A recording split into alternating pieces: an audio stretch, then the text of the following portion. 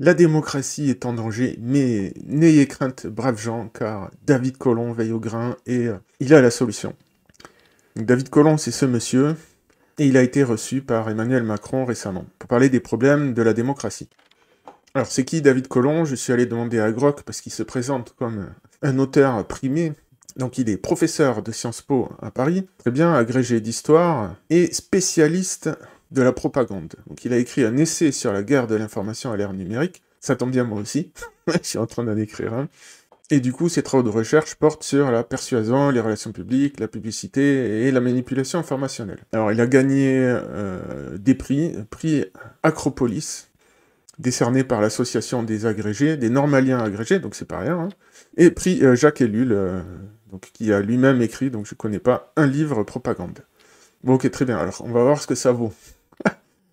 C'est la solution de ce grand ponte. Donc, aujourd'hui, j'ai eu l'honneur d'être invité par le président de la République à participer à un débat sur l'impact des médias sociaux sur la démocratie et les élections. Donc effectivement, on va dézoomer un peu, je vais remettre un peu de contexte, en tout cas comment moi je vois les choses à ce sujet. J'ai tout condensé sur ce schéma. Donc nous sommes en période d'accélération. Bon, en fait, ça a toujours accéléré, mais disons que par rapport à nous, humains, c'est en train de réaccélérer. Donc pour nous, c'est déstabilisant. Donc on arrive dans l'ère digitale, à l'adolescence technologique. Donc on a le pouvoir, mais on n'a pas la sagesse. Ce qui crée des perturbations anthropologiques, donc on est là, entre l'humanité 2.0 et 3.0, on s'est à peine acclimaté à la sortie du paléolithique que, ben voilà, de nouveaux gros bouleversements, donc après, je vais pas tout refaire, mais on est précisément à cette époque de l'après-deuxième guerre mondiale, l'époque de la postmodernité, où les anciens récits sont remis en cause, et on entre dans une crise métapolitique qui remet en question les fondements de la société actuelle, l'état social, l'humanisme et la démocratie. Donc là, on va parler de la démocratie aujourd'hui, mais sachez que donc ensuite ça se décline sous forme d'une guerre culturelle, pour laquelle je propose une philosophie. Alors pour l'instant, je l'appelle le techno-stoïcisme, c'est le plus proche de ma manière de voir les choses, et si nous parvenons à franchir cette étape de l'adolescence technologique, on arrive à l'humanité 3.0, immortelle, écologique et multiplanétaire. Ça, c'est le tableau d'ensemble. Mais là, aujourd'hui, donc, on va s'occuper précisément de la question de la démocratie et de la propagande, donc des médias. Donc, je reviens sur ce qu'il dit et les solutions qu'il propose. Dans mon intervention, j'ai rappelé que nos démocraties reposent sur la nécessité d'un marché libre et non faussé des idées. Oui, ça, je suis d'accord sur le principe. On sait que les marchés libres et non faussés, ça fonctionne, ça fait émerger de l'intelligence collective. Donc, de l'appliquer aux idées, bah, très bien. Or, le marché des médias sociaux n'est pas libre car il est concentré entre les mains d'un petit nombre d'acteurs privés américains, russes et chinois qui ont toujours fait prévaloir leurs intérêts sur ceux de leurs utilisateurs et la qualité de l'information qu'ils délivrent. Bon, là déjà, petit problème. Les intérêts des médias sociaux, et c'est que les gens ils viennent sur leurs médias sociaux. S'ils vont sur un autre réseau social, leur entreprise meurt. Donc oui, on peut dire que c'est vrai et c'est faux à la fois, parce que leurs intérêts, c'est précisément d'être utiles aux gens. Sinon, ils vont ailleurs. Donc ça c'est fallacieux de le formuler ainsi. Bon, par contre, effectivement, la qualité de l'information qu'ils délivrent, ils s'en foutent. Là-dessus, on est d'accord. Alors, ce marché numérique est triplement faussé. 1. Par les choix algorithmiques des plateformes, qui privilégient souvent des contenus toxiques. 2. Par le modèle publicitaire. 3. Par l'action des bots et des trolls. Alors, on va revenir dessus. Mais précisément, là, c'est un très bel exercice de propagande, de mon point de vue. Hein. Voilà, là, qu'est-ce qu'il a fait? Donc, les démocraties, actuellement, pour tout un tas de raisons, que je ne vais pas expliciter, ça serait beaucoup trop long, sont en bout de course. J'ai fait plusieurs vidéos sur ce sujet. Donc, nous sommes dans des démocraties zombies et qui nous bouffent le cerveau. Alors, si vous voulez leur faire du bouche à bouche pour les ressusciter, libre à vous.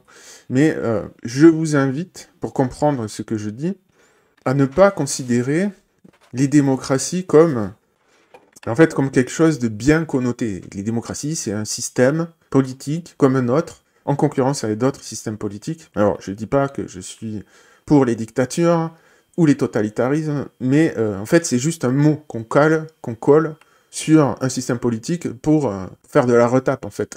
pour dire « Ah ben, notre système politique, il est génial, il faut le défendre ». Alors, on peut avoir des raisons de le défendre, mais je vous demande de ne pas le prendre pour acquis.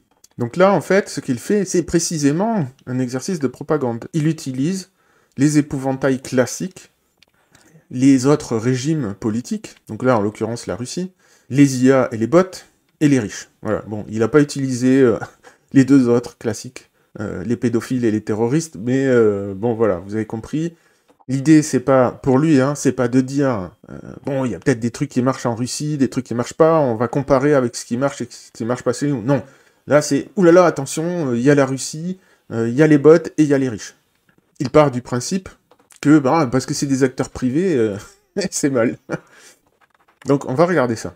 Voilà, alors les choix des plateformes, les choix algorithmiques qui privilégient souvent des contenus toxiques, parce que plus rentables, ou des contenus politiques conformes aux vues des propriétaires des médias sociaux. Bon, ben, ce discours, vous pouvez le claquer exactement pareil avec l'État et les partis politiques. Les partis politiques privilégient les contenus toxiques. Ils excitent les passions pour gagner des voix. Donc, c'est un peu l'hôpital qui se fout de la charité, quoi. Voilà, donc ici, on est là, dans les problèmes des démocraties, ben, c'est le clientélisme électoral. Ben ouais, ben, les plateformes, les réseaux sociaux font du clientélisme aussi, ben, d'accord. Qu'on soit pour ou qu'on soit contre, c'est pas la question, c'est que les partis politiques, donc Emmanuel Macron, fait exactement pareil. Avec en plus, un petit bonus pour les politiques, c'est que pour eux, dans une démocratie, c'est plus facile de manipuler l'opinion pour faire croire qu'il n'y a pas un problème que de résoudre vraiment les problèmes. Alors que sur les réseaux sociaux, ben, si le réseau social ne marche pas, vous êtes obligé de le faire marcher. Donc, voilà, premier élément de propagande. Deuxième élément de propagande, donc, qui est pas faux, hein. D'ailleurs, ça non plus, c'est pas complètement faux. C'est juste que c'est mensonger. Par le modèle publicitaire des plateformes qui faussent le débat public, tout particulièrement en période d'élection, les opérateurs du Kremlin recourent par exemple, systématiquement au système publicitaire de Facebook pour disséminer leurs récits. Bon, oui, j'en sais rien, je vais pas dire le contraire, c'est tout à fait possible, mais ça marche dans tous les sens. Le Kremlin le fait, l'État français le fait, j'ai envie de dire, tout le monde le fait, par un biais ou par un autre. Donc là, ce qu'il dit, ben, c'est pas différent de oulala, on est l'église catholique et l'imprimerie est en train de nous mettre des bâtons dans les roues. Bah oui, désolé. Il y a des nouveaux médias, il y a des nouveaux pouvoirs associés à ces médias. Ok. Ensuite, par l'action des bots et des trolls qui non seulement faussent la perception des utilisateurs des réseaux sociaux, mais trompent les algorithmes de recommandation au point de fausser la perception des électeurs. Comme on l'a vu en Roumanie. Bon. La Roumanie, je ne vais pas me prononcer dessus, il y a d'autres discours sur ce qui s'est passé là-bas, donc bon, je ne sais pas. Mais admettons, je reconnais, en tout cas, je suis d'accord que les bots et les trolls sont des problèmes. Mais, comme on va le voir après, il n'y a pas de solution à ce problème. Il n'y a pas de vraie solution. Et là, il évite de parler des sujets qui fâchent. Donc on va en reparler après. Donc c'est quoi sa solution? Sa solution miracle. Donc partant du constat qu'il est plus difficile que jamais dans le contexte géopolitique actuel de conduire les plateformes à se conformer à la réglementation européenne, et oui, puisqu'elles sont dans d'autres pays. En fait, là, il devrait mener une réflexion bien plus vaste d'historien que ce qu'il fait. Il devrait remettre tout ça dans son contexte, et précisément, c'est ce que je fais dans mon prochain livre sur la guerre culturelle, aboutir à la problématique de la fin de l'humanisme et de l'État-nation. Et la démocratie n'est que un des éléments qui est remis en question. Ça fait partie de tout un ensemble. Donc là, c'est vraiment... Enfin, pour moi, c'est indigent comme analyse. Donc, je veux bien que ça soit pas évident de pas complexifier les choses, mais il n'empêche. Quand je vois la solution qu'il propose, et je me dis, ben non, en fait, c'est pas possible. Donc il s'agirait, 1, de médias sociaux à but non lucratif, qui pourraient par exemple être administrés par une fondation d'intérêt général. Ouais, bon, alors ça, on a compris, qu'est-ce que ça veut dire? Ça veut dire que c'est l'État. Donc ça va être un média de propagande d'État, voilà. Donc, géré par des fonctionnaires. Parce que oui, bah, forcément, ils vont pas donner ça aux citoyens, et ils vont pas donner ça avec une vraie pluralité derrière, sinon ils l'auraient déjà fait. Aujourd'hui, les financements d'État sont à sens unique. L'intérêt général, c'est la République, le système actuel, etc., etc. Donc ça, c'est du baratin. Donc, des médias sociaux dont les algorithmes seraient non seulement transparents, mais conformes par design au règlement en vigueur. Alors là, Là aussi, c'est de la grosse propagande, ce truc-là. Qu'est-ce que ça veut dire, hein? Transparent. Transparent comment? Comme la vie politique française, par exemple, qui est tellement transparente, et oui, on est un modèle de transparence. Et les règlements en vigueur. C'est quoi les règlements en vigueur? En fait, c'est précisément l'inverse de ça. Les démocraties reposent sur la nécessité d'un marché libre et non faussé des idées. Les règlements en vigueur, c'est précisément ce qui fausse le marché libre et non faussé des idées. Et c'est déjà en place en France. Ce qu'on appelle les lois mémoriales, c'est la lutte contre les discours de haine. Alors, attention, je ne suis pas en train de dire que tout et n'importe quoi doit pouvoir être dit par n'importe qui. Ceci dit, l'idée du discours de haine, c'est simplement un outil de censure politique. Ce n'est rien d'autre. Qui décide de ce qu'est la haine? C'est tellement subjectif. Si on disait pas d'appel à la violence, bon ok, pourquoi pas, ça peut s'entendre. Il y a des choses, appeler à décapiter quelqu'un, bon bah... donner l'adresse de quelqu'un pour qu'il se fasse décapiter, bah non, ok, on est d'accord que ça devrait pas... Enfin, ça s'entend, on peut discuter sur la liberté d'expression absolue ou quoi, mais ça s'entend, ce genre d'argument, je pense. Par contre, les discours de haine, bah là, n'importe qui peut dire « Ah, je me suis senti haï » par ses propos. C'est totalement subjectif. En fait, c'est subjectif, objectivement, j'ai envie de dire. C'est utilisé aujourd'hui pour disqualifier des discours politiques, parce qu'il suffit de dire « C'est un discours de haine, donc, hop, allez, on vire ». Donc c'est ça, les règlements en vigueur. C'est le débat non libre et faussé par l'État. Et j'ai bien dit l'État, j'ai pas dit la démocratie. L'État est un acteur de la démocratie, l'État n'est pas la démocratie. Et souvent, il y a une savante confusion qui est entretenue entre les deux. Après, la démocratie a des problèmes structurels qui ne font que être exacerbés par l'arrivée des réseaux sociaux. Des problèmes qui ont toujours existé, c'est-à-dire que les gens sont manipulables en masse. C'est pas nouveau, sauf que maintenant, il y a des outils, des nouveaux outils pour faire ça. Et on n'a pas de solution à ça. Et c'est bien ça le fond du problème. Donc il faudrait peut-être se poser d'autres questions que de sauver le système actuel, de se demander comment on peut faire pour que pas pour empêcher les manipulations, c'est pas possible, mais pour encadrer les manipulations. Parce qu'en fait, on sait comment ça marche. Alors là, ça a l'air un peu abstrait ce que je vous dis. Mais c'est pas si compliqué. En fait, imaginez un pays tout entier. Le pays décide de faire la guerre. Ouais, mais en vrai, c'est que certains qui vont faire la guerre. Donc, c'est pas tout le monde. Les conséquences ne sont pas pour tout le monde. Donc l'idée, c'est de dire, bah, si tu votes pour un truc, c'est parce que tu es concerné par les conséquences de ce vote. Donc il faudrait jongler avec les droits de veto, avec qui a le droit de voter sur quel sujet, et faire quelque chose d'un peu plus... qui fait un peu plus de sens. Des médias sociaux ne s'appuyant pas sur, je continue, sur un modèle publicitaire, et ne collectant pas, par conséquence, de données et de métadonnées à des fins de ciblage. Ok, donc ça veut dire un nouvel impôt. Bon, ok, très bien, comme si c'était ce dont on avait besoin en France, hein, aujourd'hui. Mais l'idée, c'est de ne pas collecter de données et de métadonnées. Mais du coup, comment il va faire s'il n'a pas des données et des métadonnées pour empêcher les trolls et les bots de venir, s'il collecte aucune donnée? Alors il veut sûrement dire des fins de ciblage publicitaire, donc de connaître le profil des gens.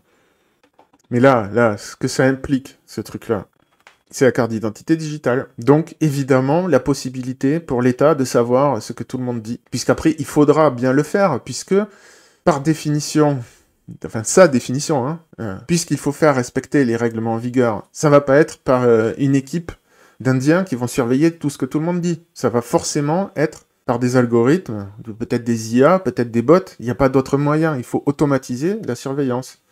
Donc il faut cibler. Donc tout ça, en fait, c'est du baratin.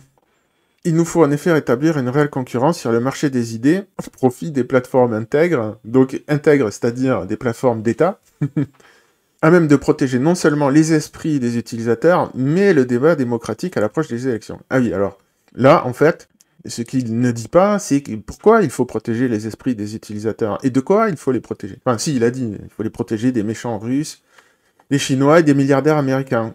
Du coup, il reste quoi? Bah, il reste la propagande d'État. Et évidemment, tout le monde va se précipiter sur ces médias, sur ces réseaux sociaux. On est bien d'accord. Sur ces médias, sur ces réseaux sociaux d'État, tout le monde va vouloir y aller. Il va abandonner Facebook, Twitter et compagnie. Aujourd'hui, le président de la République a appelé à lancer un travail de résistance et à créer une petite plateforme d'action et à bâtir un projet d'action commun. Voilà, ça c'est du baratin bureaucratique. Je suis déterminé à y contribuer activement. Oui, bah d'accord, voilà. Tu vas récupérer de l'argent public, tu vas être payé pour ça, très bien. Donc ça va être encore une usine à gaz qui va déboucher sur un énième comité Théodule et une énième agence d'État qui va sauver la démocratie en ne résolvant rien, puisqu'il n'y a strictement rien ici qui peut permettre de résoudre la situation. Et je répète, hein, je ne suis pas en train de dire qu'il n'y a pas de problème.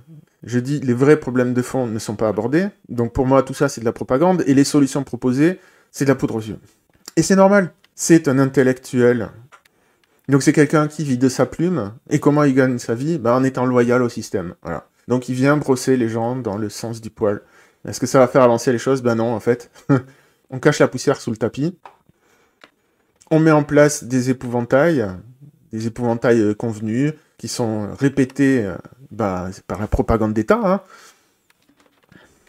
C'est le premier acteur de l'ingénierie sociale, hein, l'État. Bien avant Elon Musk et compagnie. Et les Russes et les Chinois, qui défendent leurs intérêts, comme nous, comme l'État français défend ses intérêts en France et ailleurs. Hein. Dans tous les pays francophones notamment, je pense. En tout cas, en Afrique, c'est connu. Hein. Donc voilà. Si vous voulez continuer à ne pas vous laisser enfumer, eh bien abonnez-vous.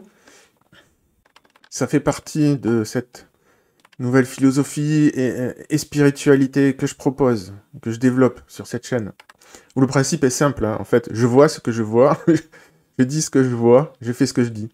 Et ça a l'air de rien, mais pour voir ce qu'on voit, en fait, il faut sortir de ce nuage de propagande dans lequel on est englué. Donc pour ça, il faut faire un effort d'oser regarder les mots, ce qu'ils signifient vraiment,